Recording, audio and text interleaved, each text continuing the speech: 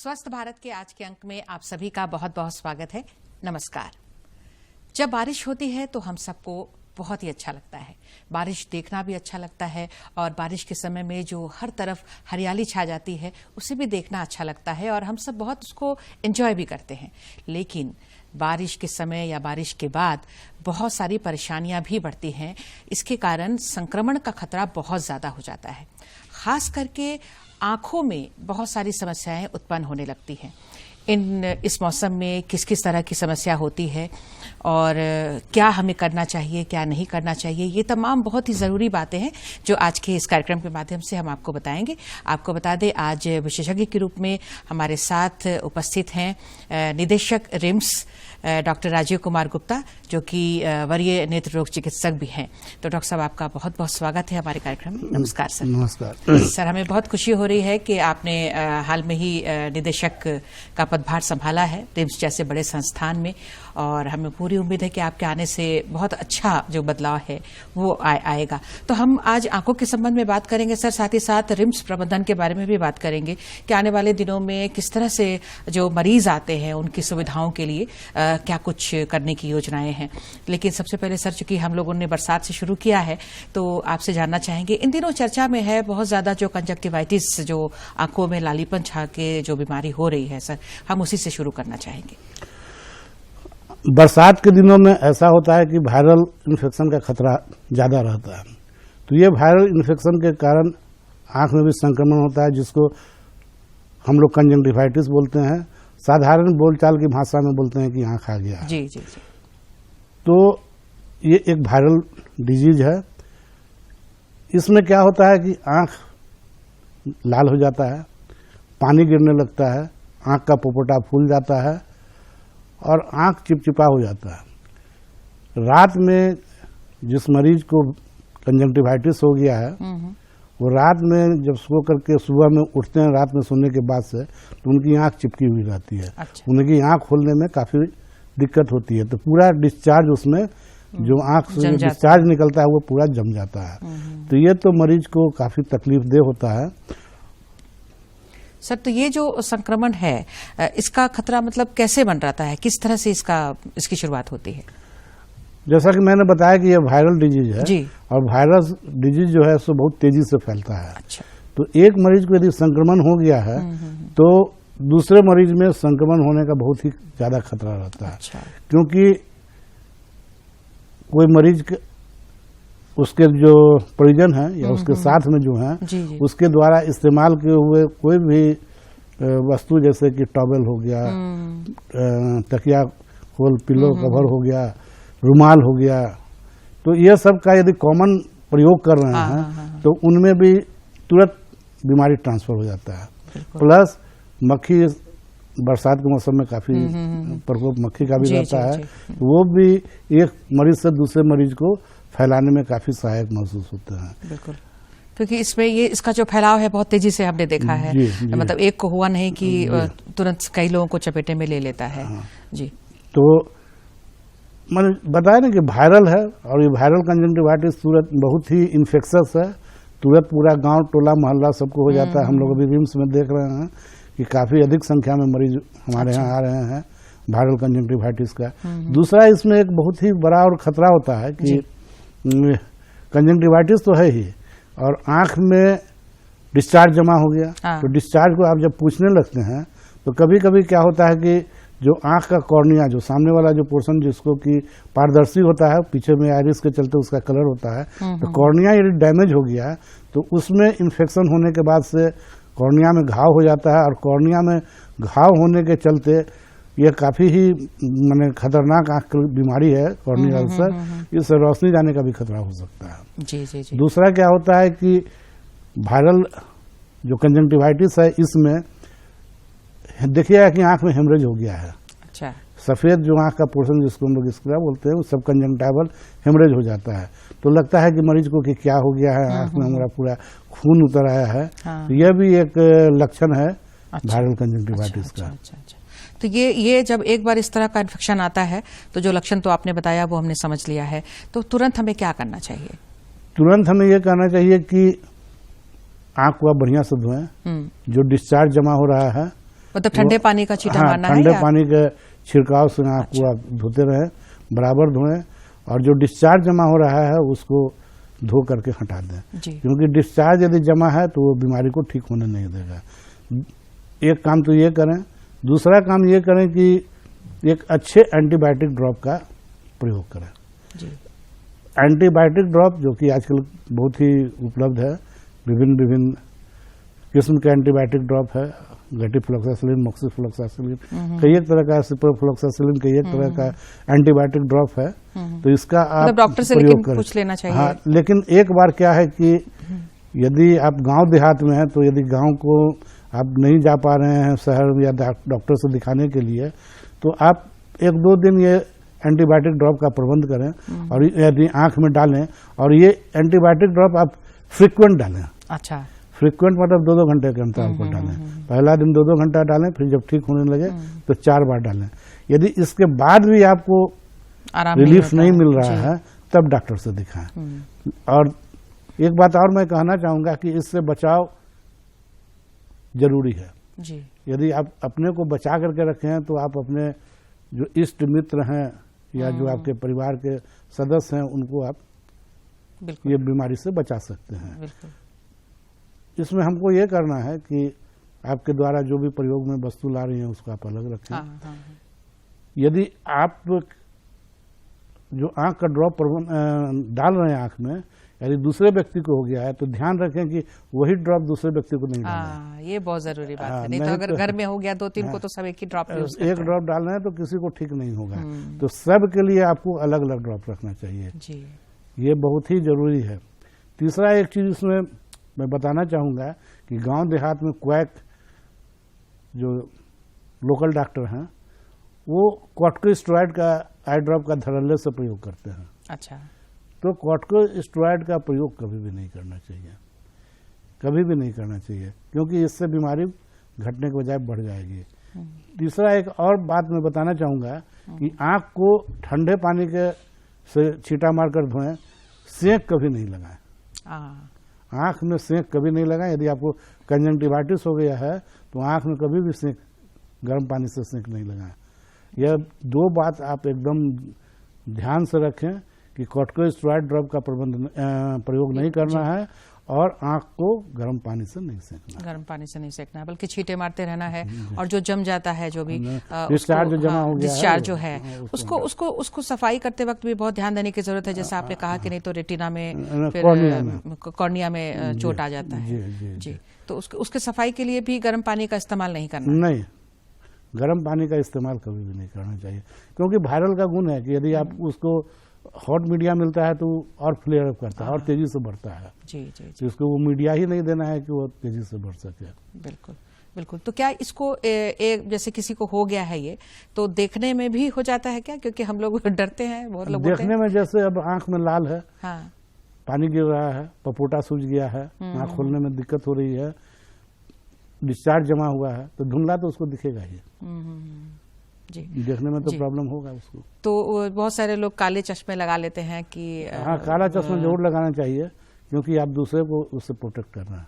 अच्छा, मतलब दूसरे इससे इन्फेक्टेड हो जाते हैं ऐसे ही अगर खाली आंख है तो आपका जो सेक्रीशन निकल रहा है वो सेक्रीशन ही इन्फेक्टेड। अच्छा, वो हवा के माध्यम से उसमें भी संक्रमण हो सकता है। संक्रमण, हाँ।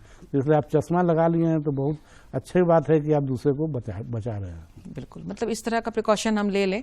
और अगर इस तरह की समस्या अभी हो रही है, जैसा कि बहुत अभी आम हो रही है बरसात में, तो जैसा सावधानी हमें लेना है, साफ सफाई का बिल्कुल ध्यान रखना है। तो इनका ध्यान रखेंगे तो इससे बहुत जल्दी हम इसको कंट्रोल में ला सकते हैं।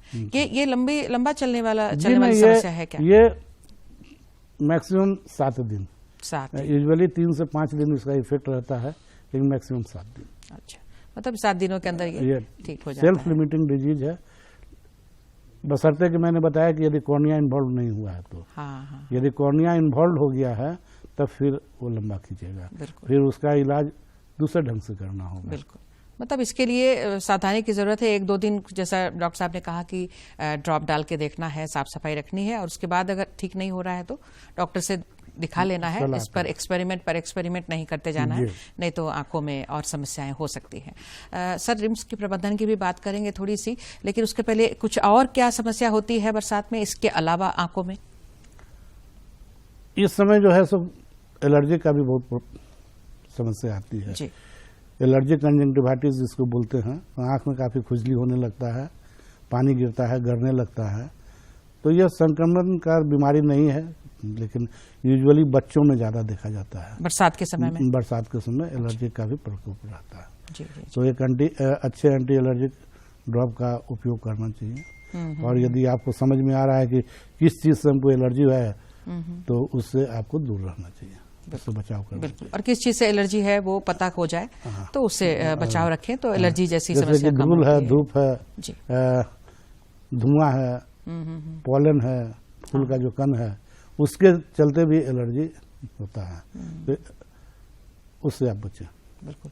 तो रिम्स के निदेशक के रूप में सर अभी आप कार्यरत हैं और बहुत सारे चेंजेस आए हैं और आएंगे, तो आने वाले दिनों में किस किस तरह, ऐसे तो बहुत सारी सुविधाएं ऑलरेडी हैं, लेकिन और मरीजों की सहायता के लिए और बहुत ही सुलभता से सारी चीज़ें उन तक पहुंचे, इसके लिए क्या कुछ आपने सोचा है सर?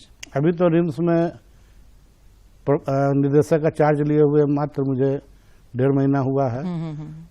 चूँकि मैं रिम्स से ही पढ़ा हूँ, पला हूँ, बड़ा हूँ, इसलिए मैं रिम्स को बहुत अच्छी तरह जानता हूँ कि कहाँ कहाँ समस्या है। बिल्कुल बिल्कुल।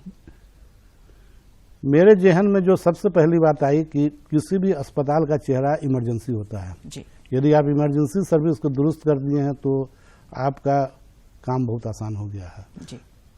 दूसरी जो समस्या होती है पैथोलॉजिकल जांच की, तो जब मैंने चार्ज लिया तो सबसे पहले मैंने इमरजेंसी को सुधारने का बीड़ा उठाया। इमरजेंसी को सुधारने के लिए मैंने डॉक्टरों का ड्यूटी रोस्टर बना करके डॉक्टरों की ड्यूटी सुनिश्चित कराई।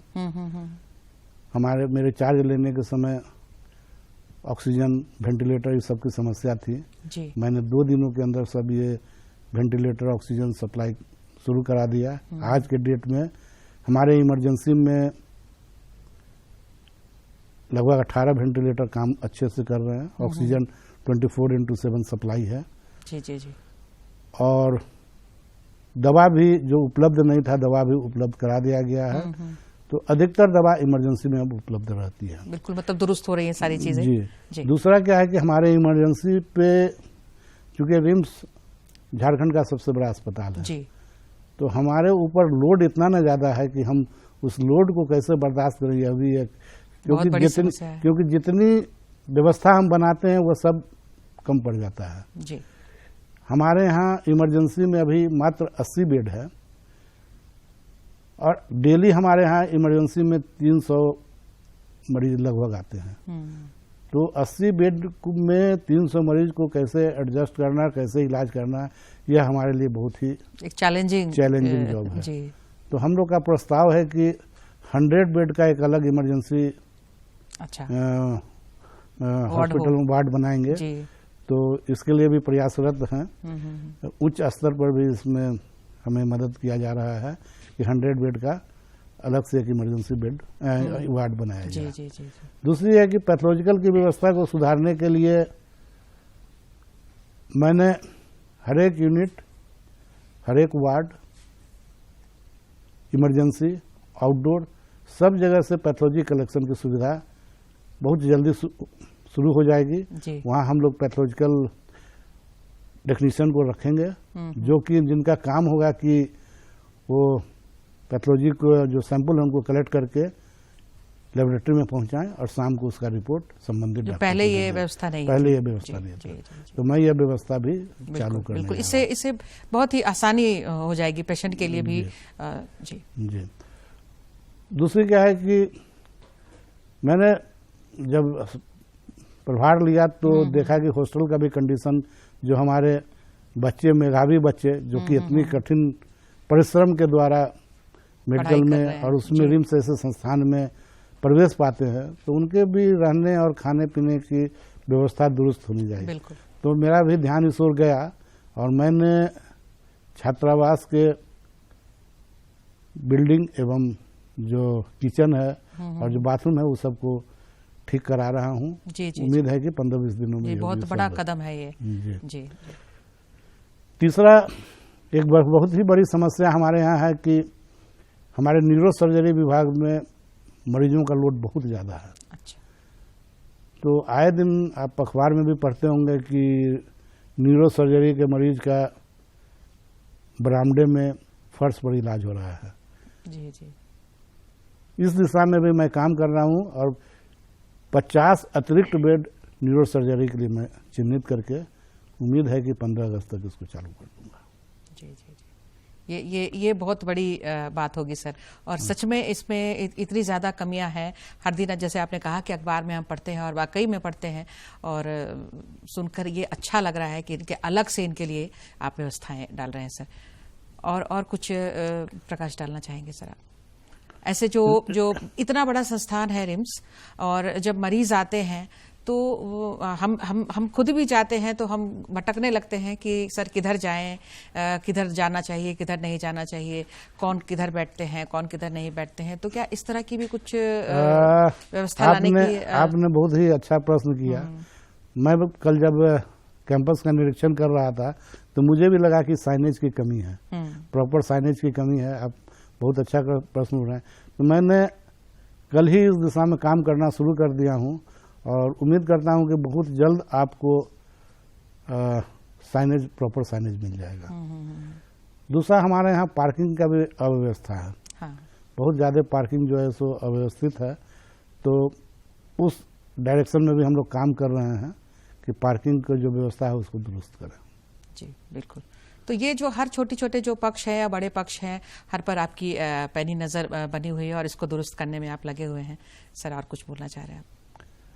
रिम्स में बड़ा संस्थान है, समस्याओं का अंबार है। किसी भी एक आदमी को स्वयं में इसको व्यवस्था को सुधारने में सक्षम नहीं है।